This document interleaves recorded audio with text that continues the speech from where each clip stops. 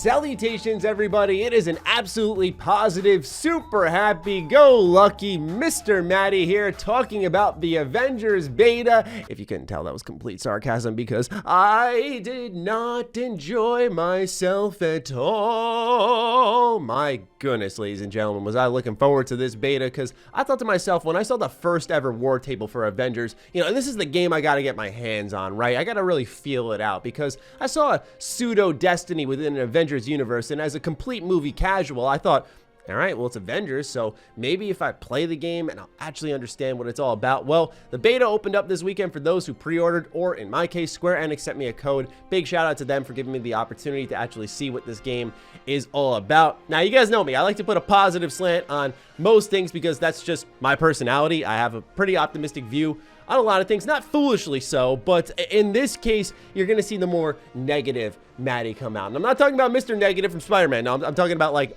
me, negative Matty. Suddenly my hair is gonna, I don't know, turn blonde again or whatever. So just for some groundwork here, I played most of the beta. I know I could have gone all the way and finished it. I played through 4 full missions, and right then and there, that was enough for me. And I'll explain why. So let me try to start off with some of the positives. And I think my favorite thing about this game is some of its nods towards B-tier villains and heroes and all that stuff. I feel like we saw that a little bit with Injustice 2, and as someone who's gradually more and more getting into comic books, I'm happy to see the likes of, say, Taskmaster here in this game. We saw a little bit of him inside Spider-Man PS4. Abomination was in this beta as well, and AIM is like the main antagonist group. I've only seen AIM really in Ultimate Alliance 1, so their representation in games, as far as my knowledge goes, is pretty minimal. So I was really happy to see that level of heroic and anti-hero and villainous representation in this game. It made the universe feel more broad because they were giving nods to, like I said, more subtle B-tier heroes, anti-heroes, villains, all that stuff. So I did really like that about the game. And that's like the only unique positive thing I can say about the game. That doesn't mean it's all horrific, but it just means that with every good thing I'm about to say about the game, there's gonna be some type of drawback. So the game opens up with the tutorial mission on A-Day that we've all seen 1,000,001 times, so I'll spare you guys that. But pretty much going through that again was a bit of a slog. But I thought to myself, okay, this feels very, very, very linear. I'm talking about corridor to corridor type action like we saw in the 360 and PS3 generation. So I thought to myself, you know what? It's a tutorial mission, can't be the whole game, but oh my God, it's one of the most linear experiences I've had in a really long while. Even the exploration style missions, what they call them, where things really open up and you have a lot more room to navigate.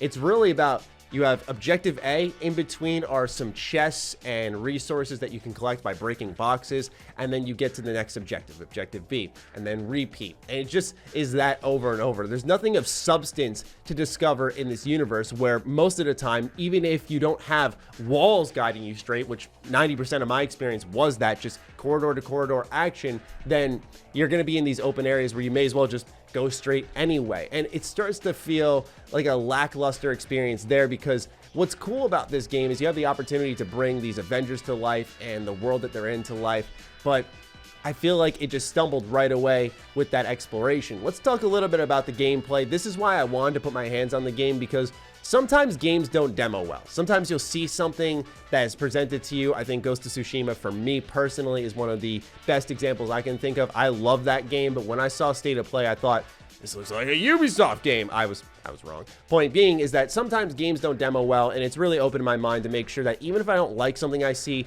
try to get your hands on it and see what it's like when you have the control in your hands. And when it came to Avengers,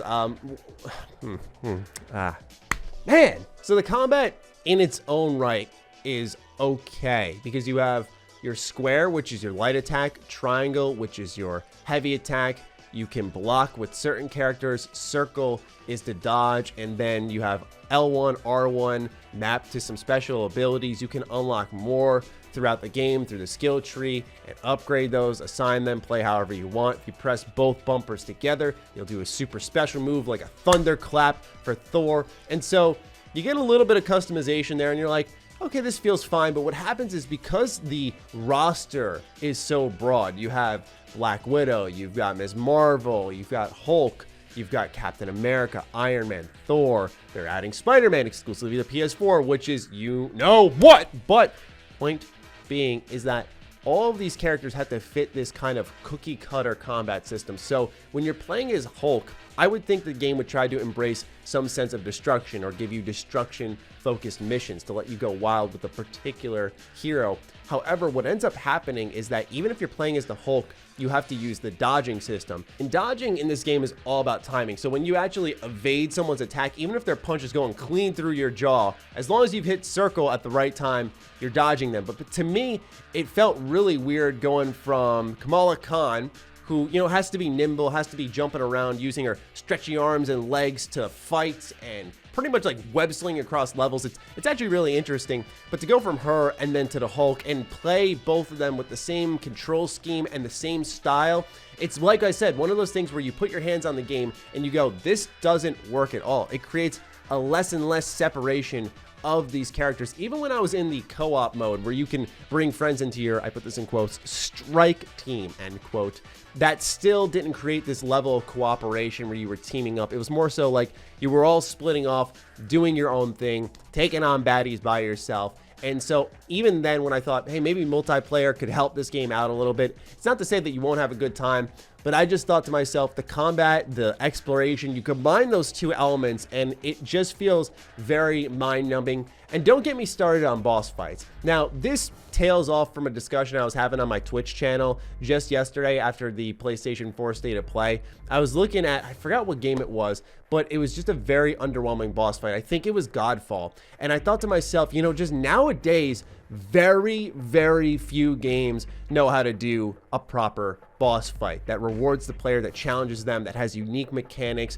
Boss fights are not this ancient thing that cannot be done, but a lot of the industry thinks they need to go because no one's doing them properly. And if you look at the likes of, say, I don't know, like Persona 5, there are bosses that can have unique mechanics that tie into the themes of the story. Like, it is entirely possible to have great bosses in your game. But this title here, Avengers, really punctuated to me that boss fights are lost on a lot of developers, and they just think it's adding more health to a character and beefing them up, giving them a special name, and that's it. That's your boss fight. Because I fought Abomination the same way I fought dozens and dozens and dozens of AIM soldiers. And this is where it becomes a mismark, because Crystal Dynamics, the developer, could have said that, hey, they're going to feel like, this AIM fight, it's not that fun, but you get to the Abomination boss and you start to play that differently, and then you enjoy returning back to that routine of beating up AIM soldiers. And so you have the boss fights to look forward to that challenge you to play differently. But when the game's constantly encouraging you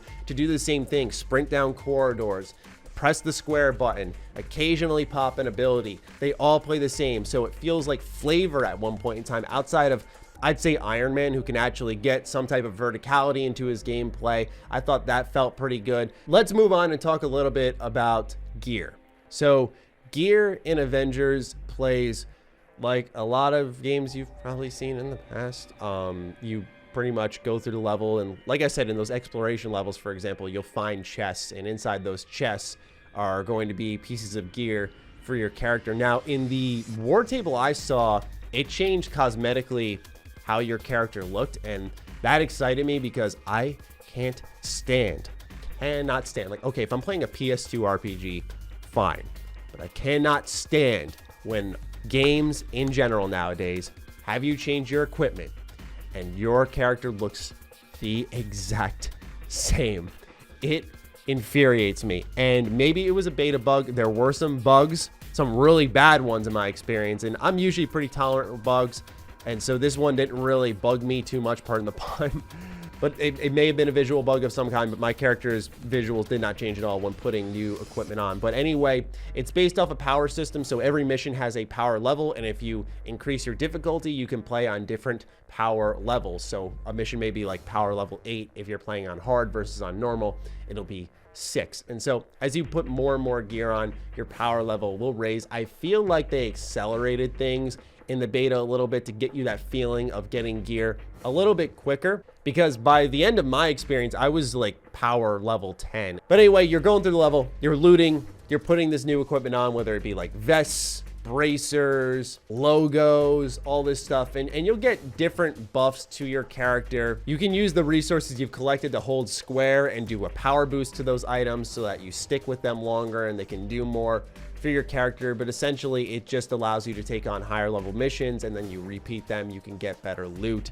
So it's so weird because it really is very reminiscent of Destiny or something like that, but it's an Avengers game. And I just feel like, and this is me, what would have been so much more cool is if you wanted to make an Avengers game, it would have been really dope to see like a 10-year Marvel game universe plan, right? Like we already got Spider-Man PS4, and imagine just seeing separate companies around the games industry establishing all of these Marvel games, right? We get an Iron Man game, we get a Thor game, we get a Black Widow game, we get a Hulk game. And we get all of these characters represented in their own games, and they come together into one where a lot of their skill sets and what they've done and what people are familiar with has already been established. What happens is you see a rush job here with Avengers, a rush job in the sense of the idea, and then you have a combat system that tries to shoehorn every single type of character who's vastly different. That's what's great about the Avengers in general, whether it's the movie, the comics, games. Each Avenger plays so differently, or should play so differently, but because of the limitation of the mechanics, they don't. And so I'm really curious to see, for example, how Spider-Man, who's exclusive to the PlayStation platform, is going to play, because everyone else, to me, I played the same way. Light attack, heavy attack, occasional ability, which did create some separation, but the ability cooldowns take forever, so you're really waiting on those. And whenever an enemy glows yellow, you dodge. So yeah, ladies and gentlemen, when it came to the 4th mission, I was done. I was checked out. I knew I wasn't enjoying this game. And, you know, I guess I'm probably just screaming into a vacuum here, because the game was like the #1 bestseller on Amazon for PS4 after the announcement of Spider-Man being exclusive to PlayStation. So it really isn't going to affect consumers. Avengers is just too big of a brand to be impacted. It'll be a very big launch. Crystal will be happy with it. I'm just going to be very, very curious how long this game lasts, how many players stick around, because I can't even say it like it's a casual fun, right? You know how we sometimes tier games. I don't say this in an elitist way, but sometimes you say, this isn't for me as like an enthusiast, but someone who maybe doesn't play games a lot and they come home from a long day at work, just wants to hop on Avengers. Even then, I think that this game is sort of mind-numbing. Once again, in its exploration, there's no sense of openness, and its gameplay, you're just switching characters and there's a bit of flavor there. I don't know, man. I wasn't impressed, but overall, maybe I'm just alone on that. I saw some pretty mixed previews online. Some people actually enjoyed it, which is great. Some people did not like it at all. But with it being, what's the date? Yeah, about a month out.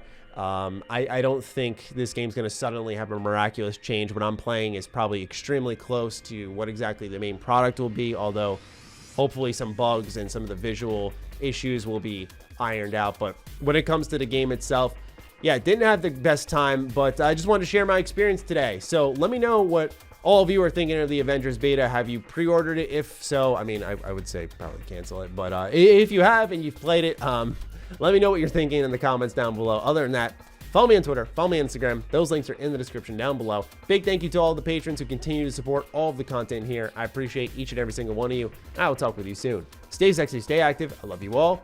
Peace.